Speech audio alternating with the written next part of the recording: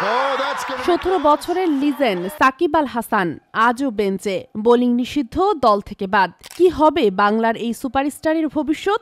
Cricket বিশ্বে ঝড় তোলা নাম সাকিব আল হাসান, কিন্তু লস অ্যাঞ্জেলস নাইট রাইডার্সের নতুন সিজনের স্কোয়াড তালিকায় আজ সেই নামটি অনুপস্থিত।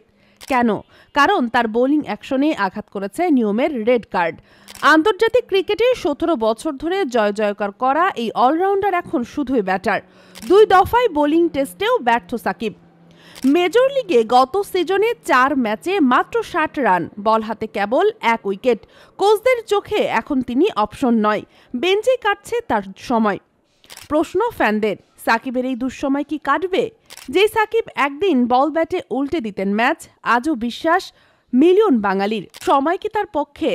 নাইট রাইডার্স কি ভবিষ্যতে ফের তাকে নেবে, নাকি এই ইতিহাসের সমাপ্তি? চোখ রাখুন আগামী আসরে, সাকিবের ফিরে আসা সম্ভব।